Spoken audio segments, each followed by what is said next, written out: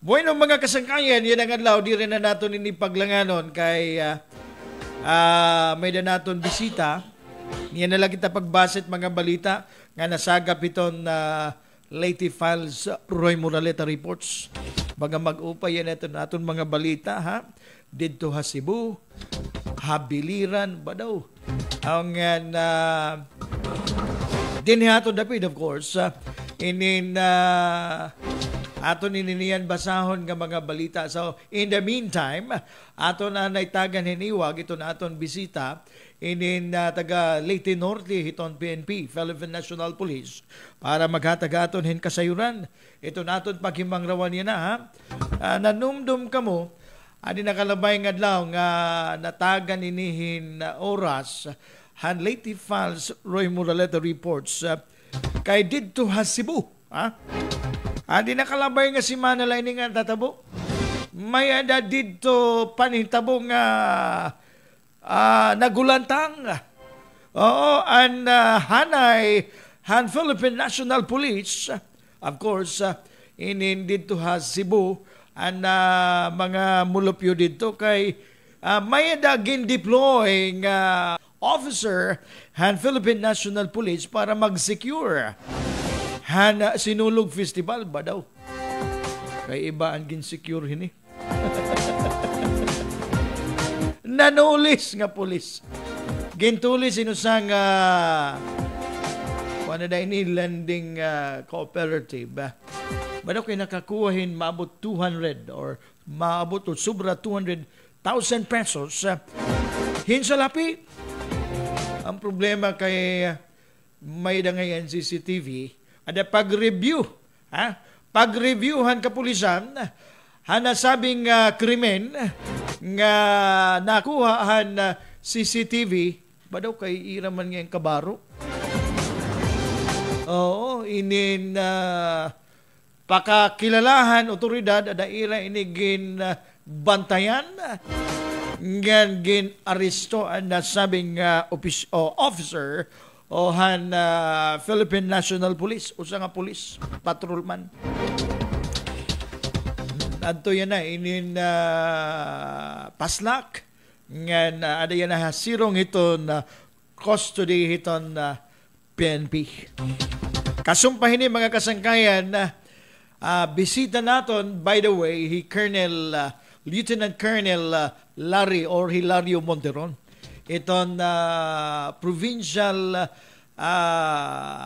Internal Affairs Service iton Leyte PNP. Maupay nga agahay mo Colonel Monteron. Good morning Pastor Roy. Ngan imo mga suki nga mamarati ngan para kita nimo programa din ni Straight Talk. Maupay nga agahay. Maupay nga agahay mo Colonel ngan Pastor Larry. And it really is an honor for me again makaupod ko ikaw dito na akong programa. Kumusta by the way? Kumusta? With God's grace, maupay Pastor. Okay. Baga busy ka mo. Good. Busy kami yan na iton amon usual nga trabaho iyas pag kandakan inspection ngan pag-remind dito na aton mga kapulisan ground nga maghirot nga diri may adahin administrative case for pareho ni mo gin-mention kanina sa nga pulis. Makuri ini nga ikaw ada ka nagsiserbisyo gobyerno tapos tungod lang nga ikaw trabaho, nag-provide kahin serbisyo ngan makakasuhan ka. Magawaray sa payan kung nakasala ka. Kay bisan nga ni nakasala ka, you still are entitled itong due process. But anyway, having said that, yan nga adlaw, akon kagin taganhin iwag pagplastar. Ano ba iton angay pagbuhaton iton mga pulis? Labi na kung naatubang na sugad nga mga reklamo, kaso ngan prosedimento may kalabutan iton ira pagpatuman iti ira serbisyo nga bagawaray laboy na sa nakasuhan o nakasala o waray basta natubang hin administratibo nga kaso. Thank you so much Pastor Roy. Gusto ko laig paangbit ito na aton mga mamarati iton papyaw la ini kay halaba ini nga topic nga aton pagistoryahan siguro isi-series na lang naton sunod nga mga pag-guesting naton ngani. Iton mga kapulisan naton ano nga nakakasuhan especially iton mga job related cases diri hira angay mabaraka kay iton aton leadership han PNP may da naton sinisiring ginpo-provide nga legal assistance especially kon job related cases iton ira ginatubang admin cases ngan criminal cases may ginpo-provide ang leadership han PNP nga mga abogado to assist them. Pero kon mao pa ini nga imo punto Colonel Monteron kay maram ka may da ko maaram nga hinsya nga maluya iton ira legal support. In fact, I know a person, I will not name him, diri ha PNP but it is a government agency. In tawon niya na nagsakmumo. Oo, I came to know nga waray nga ni hiya sila purely harassment la. Ang problema waray legal support aton ira ahinsya. And this is what they are working now nga mabuligan nila pag-abot ha legal. And I am delighted to hear nga di daha iyo labi na intawon ito naton mga kasangkayan nga mga kapulisan so suportado ira legal office. We are happy to say nga ang PNP diri nagpapabaya hiton amon mga uniformado labi na ton mga nagtatrabahoin mananong whenever may danira ginatubang ang mga admin or criminal cases ang leadership han PNP nagpo-provide ang mga necessary legal assistance. May lawyer nga ginpapadara para pagkandakhan pag-defend iton mga kapulisan naton either admin or criminal cases. Pero diri apin iton baga lima piyansa kwarta. Diri legal assistance legal assistance nga lawyer para dito pag appear ha hearing may danira magre-represent ha ira. Diri ka na kay mahal yan at pag karawat palit kaso is 50,000. Siguro kung diri siguro gud dako iton kuan danay iton aton leadership nag-provide gihapon hin monetary nga assistance aside from kuan diri lak maram kung how much iton basta depende iton kuan iton case. Iba makalilisan na iton may nakakaso kay pag mapabulig kahin abogado iton sukot pagkarawat pala 50,000 pesos. Acceptance pala. Kay kaurugan sang empleyado gobyerno di man la kay administrative duduha ito danay dungan ito criminal ngan administrative so duha ito so 100,000 ito makalilisan. But anyway pagpadayon nito aton in discussion.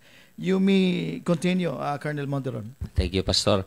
Gusto ko laig pahapyaw ang Rule 1 iton aton Napolcom Memorandum Circular 2016-002. Asa ini iton rules of procedure nga gingagamit iton administrative disciplinary authorities nga Internal Affairs Service sa IAS whenever may kaso iton usa nga pulis. So this rules is applicable to uniformed members of the Philippine National Police. So mga kasangkayan, labi na ito aton mga sukian kung pulis ka man, you really need to listen to this very carefully. At least mag-guide ka, di ba, Colonel Monteron? Go ahead. Thank you, Pastor Roy. Tama, they will be guided by these rules of procedure nga kung halimbawa ano sa nga uniformado nga pulis may kaso asya yan gingagamit nga rules kay duduwa kasi iton empleyado ha PNP may non-uniform personnel mga civilian employee ibaliwat nga rules ang gingagamit dito ang kanan civil service rules on administrative cases. Kami naman nga mga uniform members asya yan gingagamit Napolcom Memorandum Circular 2016-002. Okay. So this is applicable to uniform members of the PNP only and iton nature iton proceedings is summary in nature meaning diri yan nagiiha once an usa nga pulis makihaan if I'm not mistaken siguro mga 1 to 120 days matatapos na nusa so mga 4 months time tapos na nusa may resolution dayon may na iton hiya may decision na ito hiya depende iton ebidensya nga i-present iton both parties and prosecution yan iton respondent. So sugad ka dagmit iton resolution usa nga administrative cases as compared to criminal cases nga maiha talaga ma-resolve. So haamon haiyas may na kami sindisir nga may programa iton amon IG amon Inspector General nga zero backlog iton administrative cases. So far han 2023 zero backlog kita didiha Leyte Pias ngan ha Bugos nga Region 8. Iton aton administrative cases we were able to resolve iton mga admin cases and last year nga naglabay 2023. So ini nga revised rules of procedure before the administrative disciplinary authorities and in the Internal Affairs Service asya yan amon ginagamit. In fact, may ano lat makakaulang ito pananglitan 20 days lang na given nga period pag-resolve. Pero didihamon haiyas nagpalusa dito namon Inspector General Attorney Triambulo before nga once madakit ano sa nga kaso iton summary hearing officer nga gin-assign hiton haiya nga kaso, he is only given 20 days to resolve it. So asya nga managmeet iton amon resolution. So kung di rin niya iton ma-resolve within that period nga 20 days, pwede hiya makihaan iton nga summary hearing officer. In fact, I have a colleague nga nagsubrahin 20 dias ani pag-resolve, he was charged administratively. Ginkihaan hiya actually pero good news na exonerate hiya kay na justify man niyan mga delay kay ano nga na cause in delay niya ka resolve iton nga kaso. So ini nga rules nga atong ginagamit siguro sa sunod nga mga guesting ko di-discuss naton usa-usa ini. There are 24 rules actually nga halaba ini. So bisan sa katuig siguro di nato din mao man amo hinahinayon nila naton ini Pastor Roy. Sige. Ini nga rules kita ko nanot importante dida nga para importante ito naton mga imo kabaro mga member hiton Philippine National Police makaintindi ni hira, di ba? Ngayon tawon na hirap basta may kaso ka na nagkakada ka ng anxiety, apektado tim serbisyo. Diba? Tama, So itong mga kapulisan naton nga nagkakamay-adahin kaso, especially itong mga job-related, dirira ang ay mabaraka so long as gin-perform nira trabaho because kuan kami didiha amon pagkaput itong mga admin cases, objective kami. We solely base our decision on evidence. Now, kung may separate complaint, labot lahan iyo, di da iyas, may daliwat na gindungan nga pag-file ombudsman. Maupay nga pakiana ito, Pastor Roy, ano? That's a violation actually iton prohibition iton non-forum shopping. So, involving the same case, the same parties, the same cause of action, dirito pwede. So, kung din una gin-file, dito lahiya mahiran makapot. Kaya siyempre, niya ka makabulos ko damo ako papailan nga kuan. Actually, that's a violation ito. Ito non-forum shopping rule. Actually, we are directing those complainants nga mag-submit hiton ira certification of non-forum shopping within 5 days. Otherwise, if they will not submit that certification of non-forum shopping, iton nga complaint nga gin file against a police officer will be dismissed. Ma-dismiss pa. Hindi dismiss iton. That is why diri pwede nga makadto hirabis langain, makadto si ombudsman. Supposedly pananglitan na ombudsman, ano dapat itira action nito? Kaysa po they would presume nga may danahin ni ginihimong investigasyon ni DHPNP. Kung sugad nga multiple filing niya, nag-file IAS, nagpakadto ombudsman, asa ito nga gipapa-execute iton complainant nga I have certified nga wari ak mag-file ha ibang disciplinary authority. O kay magdadamo iton kuan, it will save time for the government and money. Kay kung the same lang parties, the same case. Maupay na napakiana ko ito. Quantum violation iton non-forum shopping. They will be required to submit certification. So, as of now, amulaanin aton pag-istoryahan, Pastor, kay siring ko pahalaba ini nga rules. Mga sunod siguro nga mga pagkaniko ay ang mga importante didi nga mga provisions atong gihapon pag-istoryahan. Especially ang mga mitigating and mga aggravating circumstances, papaano maghamubo iton penalidad i-discuss siguro naton sunod nga mga kuan ngan paano mag-aggravate magdardakulat itong penalidad. So there are circumstances nga nakapaloob iton usa nga kaso nga pwede magpahamubong ngan pwede magpahataas itong penalidad. Except, I would like to ask this question. Except for the immediate consequence ito sa nga pulis nga nakakasuhan nga ini nare-relieve ito ni pwesto nga ani ba na lalak up na prepreso.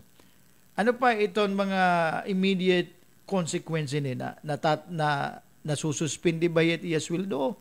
Okay, siyempre may mga pamilya ini nga na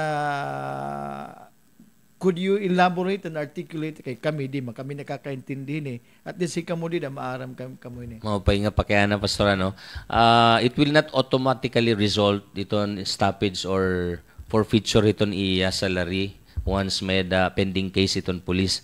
The forfeiture of salary will only take effect once there is already a decision and there is already an order for his suspension. Kung waray pa nga nito ongoing pa iton hearing, diri pa ma-stopan niya sweldo. Oh, siyempre. Okay, kay pamilya. Kay, amoy nga summary in nature iniya, 120 days la, natatapos dayon kay diri pwede pag pinaihaon. So once mag-ada na yung decision itong disciplinary authority, the regional director of Pro 8, nga nagsususpende iton usa nga pulis, that's the time nga ma-cut off aniya sweldo. So halimbawa 60 days suspension, igdididak iton nga 60 days suspension iton iya dito sweldo. Okay, adi pa nagpakiyana, ano't pagkakaibahit relief or nga nihiton natanggal ka? Maupay nga pakayana, pastor. Kaya mo naglilive, relieve na yan. Pero kaya nung ato pa man. So maupay ton iklaro naton sumiring nga ni nga relieve, ginbalhin la hiya from this police station ngadto ha iba. Diri kalugsigon nga gintanggal na. Gintanggal nga sibak sa serbisyo, diri sumiring nga ni nga sibak gintanggal hiya, dismiss na gud talaga hiya, di na hiya police. Okay. So actually ha aton rules, if there is a pending administrative case, bawal i-reassign itong usang police, bawal i-relieve. Provided may ada certification itong disciplinary authority nga his presence in that particular police station is no longer necessary. So that's the time nga pwede na hiya i-relieve ngadto iba nga okay. nga so, assignment. Diri ito basta-basta. Diri basta-basta. Labi na kung may pending na sumiringan nga pending, ginkihaan na may danan nakadakit na hiya, may pending case ni administrative, he cannot be reassigned to any other police station. Provided may ada certification from iya sa amon or didiha region nga an iya presensya dida hetong nga police station, halimbawa Paloyan assign, diri na necessary, so he can be relieved. Ngan another kuan, once there is a pending administrative case, it is not a bar to promotion. Pwede lagapiya mag-apply for promotion actually under our rules in nga Napolcom Memorandum Circular 2016-002. He can still apply for promotion despite may daniya pending case. Pwede hiya. It's not a bar actually. Balito. Kay diri pa man hiya tanggal o waray pa man resolution ng kaso. Bisan criminal case, aniya lahimuon, kung may daniya criminal case, nga ginfile iya, kinanglan, maaro liya certification dito sa korte, kung diin pending itong kaso, nga ini nga iya kaso, pending dito for more than 2 years na, so he can apply for promotion. Now, adi pa, in Colonel, this will be my final question. Halimbawa, may da ka mo kaso nga natanggalan pulis. Diba? Kay makusukan ebidensya kontra iya. Is there any chance nga ma-reinstate iya? Maupay nga pakayana, pastor, once matanggal sa nga pulis, may dapat niya remedy. He will be removed from the service but he can still file an appeal. Pero before siya mag-file an appeal, pwede siya mag-file in motion for reconsideration nga dakan RD, Regional Director ng Pro 8. So if his MR is denied, he can still file an appeal within 10 days sa Regional Appellate Board. So as itong sunod nga mga topic nga itong didiscuss, what are those appealable cases? Ngadto hiton kuan halabaw iton nga topic gihapon, so maubusan kita oras kunya na naton iton pag kuanon. As much as I would like to and hold you for longer discussion, Colonel Monteron, I don't know if there's still other important issues that you would like to share in dining aton oras. You may go ahead or what. So thank you Pastor Roy. Nagpapasalamat kami, especially itong Leyte Pias on behalf iton amon Regional Director han Regional Internal Affairs Service Attorney Prince Rainer Robles. Kami nagpapasalamat hininga gayon nga imo ginahatag amon. Salamat nga permi kami niyo din accommodate para mapabaro iton aton mga mamarati, especially iton mga kapulisan nga naton mga katawhan nga kun may da mga violations committed by the PNP personnel, dirihira mag-alang pakadto lahira ha Leyte Pias o they can go directly to the Regional Internal Affairs Service 8 Kampitik Palo Leyte to file their complaints against police officers. Dirihira ngay madlok kung may mga violations committed by PNP personnel. So nagpapasalamat kami Pastor hininga time nga gihatag niyo ha Leyte Pias. Thank you so much. Waray na ako ibang ay gukuan sunod na lang mga higayon gyapon. You're always welcome. Didit aton programa, Colonel Monteron.